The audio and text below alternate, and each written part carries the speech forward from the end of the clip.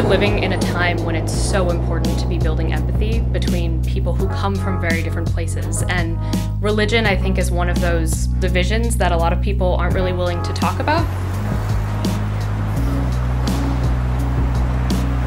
So my name is RJ. I'm a senior here at NYU, and I'm a Muslim. I'm Megan. I'm also a senior here.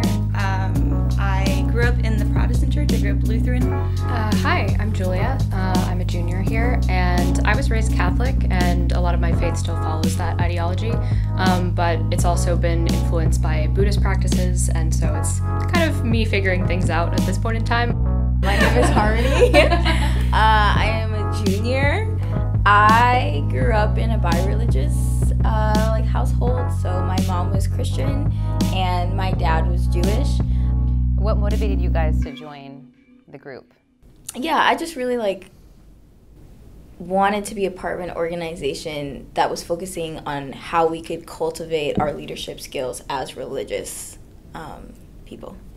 It's nice to find ways that we can get together and talk about issues and how each of us can come from our communities and help with whatever we're trying to help with and talk about. Kind of approach it from a lens where, in an age of Islamophobia, in an age in which Muslims are the most demonized group in this country, as a Muslim, one of the ways that I see to mitigate some of that hatred and that racism is to interact with people of other faiths and to kind of really build those real meaningful relationships. And so this group really represents a way for us to get together and build meaningful relationships. And I think one of the more frustrating things that you hear people talk about when they're talking about religion is they say kind of offhandedly, oh, well, it's all the same thing anyway. And it's not. And that's okay. I think that's one of the beautiful things about different religions is that they are different. And people are so scared of differences because they think our differences are something that make us weaker or divides us. But in this group, our differences is something that brings us together. And within those differences, though, there's so many similarities and there's so many connected values that just really adds color to that conversation. It felt like it was necessary to step into a space where people were willing to have those conversations. And I think a big part of that and a big part of what we do every time we meet every week or every time we even hang out as friends is humble ourselves to be able to learn from each other and to be open to the fact that this is the background I'm coming from. This is what I'm exploring in my own personal faith journey, but your life might be very different. But we can still come together with these shared intentions that we want people to have the right to go on those personal spiritual journeys, to have community with their faith and not be afraid to do that. That's transformative. I want to learn more about sort of what that means to you guys, the intersection of social justice and religion. That's a heavy question. Everybody said, let me think about that for a minute. I'll go. So for me, my understanding of my faith is rooted in social justice. I feel most connected to my faith when I'm standing up for other marginalized groups, not only Muslim groups, not only Muslim causes. Because at the end of the day, Islam, yes, it's a religion of peace, and it's a religion of love, and it's a religion of mercy, but it's a religion of justice. And when you look at Muslim figures, you look at people like Malcolm X, you look at people like Muhammad Ali, you look at huge figures with even an American Muslim history. They practice their faith unapologetically, but they also stood up for the rights of communities. And so for me, not only is it me practicing my faith, and as important as it is for Muslims to pray 5 times a day and fast during the month of Ramadan, we also have to tie our camel, and that means we have to do our work. We really have to show up, and we have to be an active member of society. And so when I practice my faith, it's not just being in the mosque all day, but it's also being on the streets and grinding. There's definitely a lot more pushback on being as, empathetic and accepting of different peoples, regardless of what identities they ascribe to, under the guise that this is kind of what the Bible states. But while the Bible may say certain things man should not lay with another man, it also says that you need to treat people how you want to be treated, and that's one of the most important like rules, I guess, that you're supposed to follow. The golden rule. Yeah. I just learned that, actually. And that's it's in like all religions. So like there's really no reason for like anyone to be treating people like they're lesser under the guise of religion. That's always been something that doesn't make sense. I think it's easy for us as young people to say, like, oh, a lot of the older generations don't know what this crazy interfaith thing is we're doing, or they don't understand why me as a Catholic feel like I should be fighting for LGBTQ rights, like any of those examples. But I think those people do exist. But I think there's also people in the older generations that were fighting for those things too, and they didn't have as much of a voice, and they're like, yes, finally, like I've been a Christian and gay for however long, and like I want people to be talking about this. And like I think that it really depends on who you were and what your identity was and what you grew up wanting. And it's not, I think the generational divide isn't always as deep as we can perceive it to be, especially amongst young people like us, who we generally hang out around people our own age. But I've learned a lot from, like a lot of what I've learned about me being a Catholic, but being exposed to different ideologies, or how Buddhism has influenced my faith, has come from people who are a lot older than me, who found that intersection for themselves when they were around my age decades ago. And were like, hey, you know, you can understand your spirituality in a more complex way.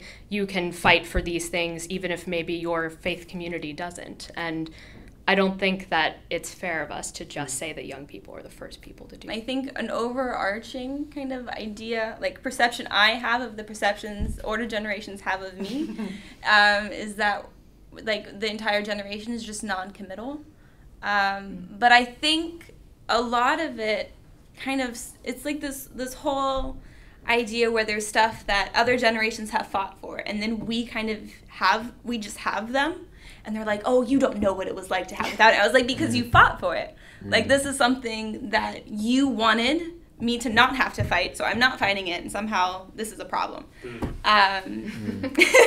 So I think that's part of it, and I think just sort of non-committal, because there are so many opportunities that we have now. I mean, my mother likes to tell this story of how she didn't have a computer. She had to go to the library to do her research papers when she was in college and all these things. But we have the entire world at our fingertips. And that is creating problems, as we see, but it's also creating friendships. Like, there are people that I've met who live all over the world that I still get to talk to on a regular basis, even though we live on separate continents, an ocean apart, which is an amazing thing, right? But it also means that there are so many different things that I get to try that older generations didn't get to try. And I think there's just like this disconnect between like, oh, well, you should be settling down now. I'm like, but I want to see other things. I want to do other things. There is that perception, right, that we are lazy and we're entitled and we don't work, you know, we're non-committal, but we're also like so many amazing things.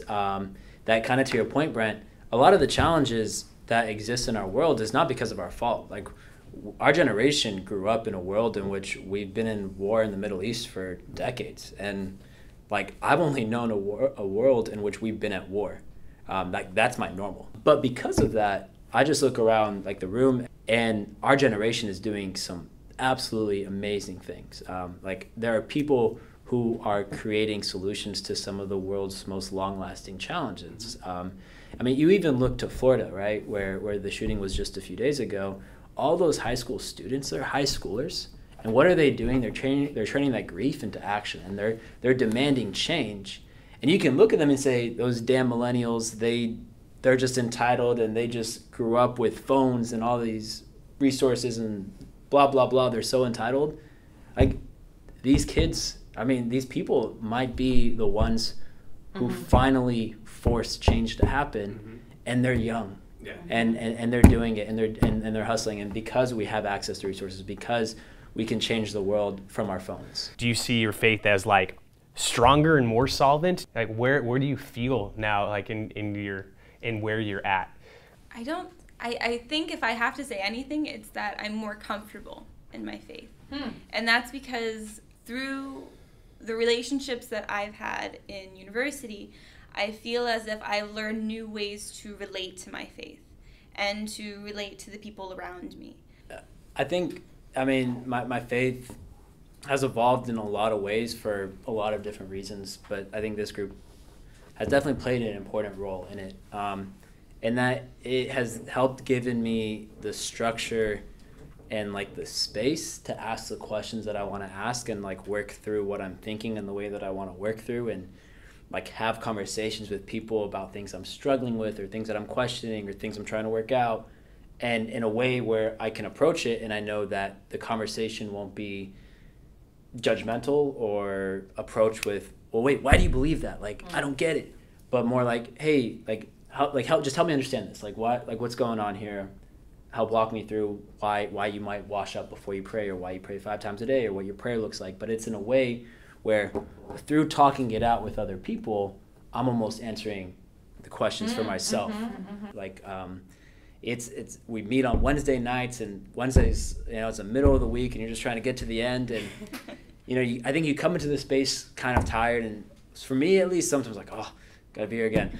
But sorry, but by the end of it, I mean, I just kind of walk out really thankful for the people. And in Islam, there's this narration of the Prophet Muhammad, like telling his followers, withdrawing a line in the sand with a stick, saying, your faith is going to be like a wave. It's going to go up and it's going to go down, but hopefully it's towards an overall upward trajectory. What are the commonalities of your faith that transcend all religions? I think for me, it's that religion, especially the religions represented in this room right here, is that religion is the means to achieve justice. And that, I think there are themes present in every single faith that at least I've encountered that hold that same value and that same similarity. I mean, I look to Jesus. Jesus was a Middle Eastern Jewish refugee, right? Mm-hmm. And I mean, if we just look to solely Jesus as an example, who was a prophet in Islam and who was a Jew and who is like, of course, like a huge figure in Christianity. Like, imagine if we just solely looked at him through that lens, like the way that we have conversations about refugee rights in this country could be completely different.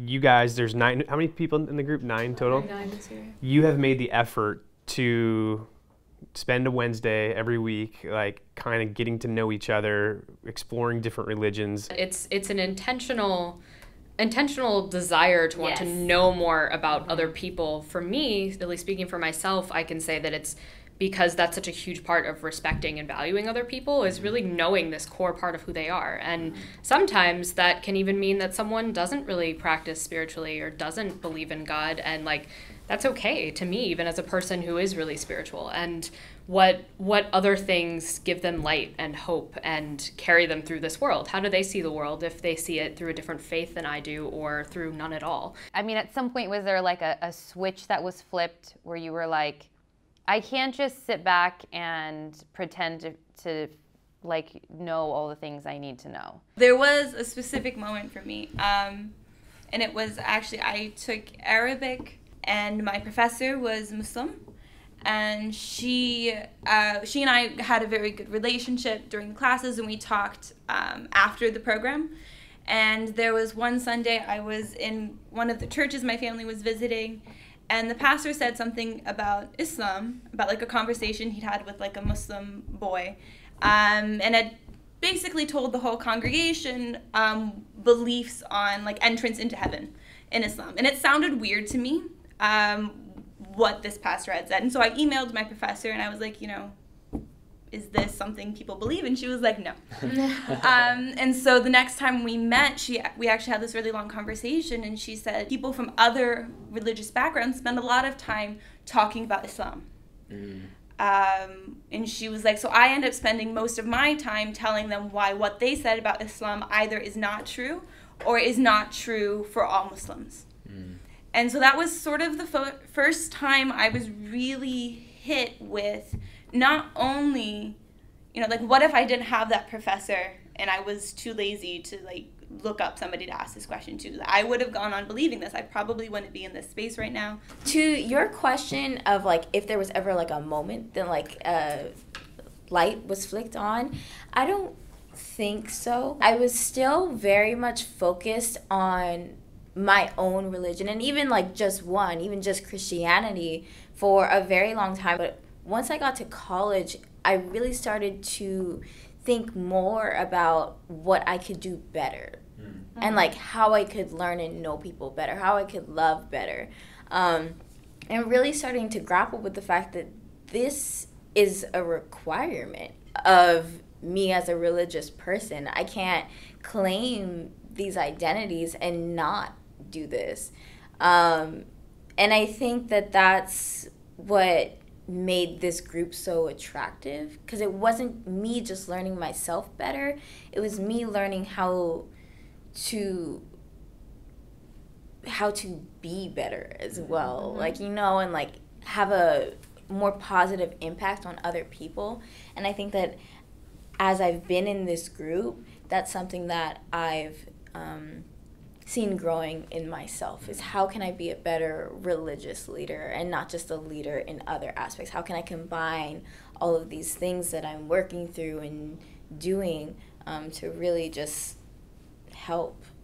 What comes to mind for me in this idea of recognizing that you don't know everything and what to do with that is an idea of how to handle your own privilege as someone who wants to better other communities other than your own. And I think recognizing that you don't know exactly what everyone's been through and what everyone's faith is like and how other people perceive other people's faith. And so it's just about listening.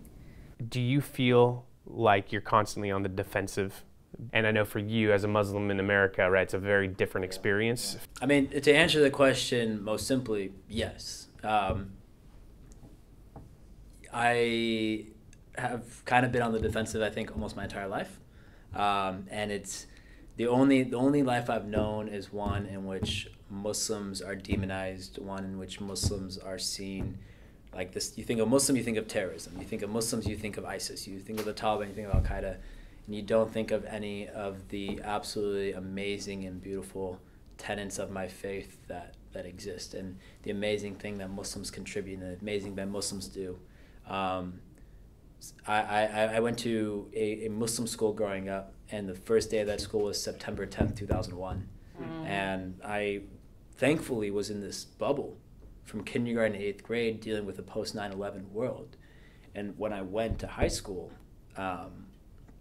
suddenly it was in my face, that Islamophobia. And granted, you look at me and you don't really know I'm Muslim. Like I similar to your experience, Brent, like I can glide by spaces and people, I have to pretty much announce that I'm Muslim in order for people to know that I'm Muslim, unless I'm praying in public. And one of the big experiences was when I was running for student body president of my high school, my junior year going into my senior year, there was a tweet that someone had said.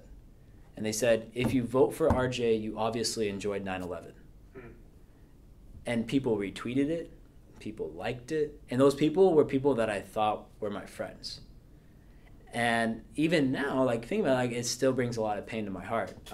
Did you win? I did win. I did. I did. So come on. I mean, there have been so many experiences beyond that where you turn on the news and when Islam is being talked about, you have all these talking heads, whether it's MSNBC, CNN, or Fox News, people that aren't Muslim talking about what Islam says, which is BS, right? There are 1.5 billion Muslims in this world. I'm sure you can find one or two to talk about it on TV for you. Do you feel hopeful based on what you see within the younger generation that ultimately will be the decision makers later? We have to feel hopeful, right? We have to have something to work towards. And I am hopeful. Like, I really believe that we have the people, not only in this room, in the school, but around the country, that will take this challenge head on and will fight it. And we have no choice because our survival depends on it. I feel like other people who have voices as well as myself, like, it's our responsibility. It's on us. Like, we need to be having these conversations, and I'm happy to have them. What is the value? What is needed? Why is this what we're doing important and what you guys do every week? Dude, it's a nice thing to do. That's right.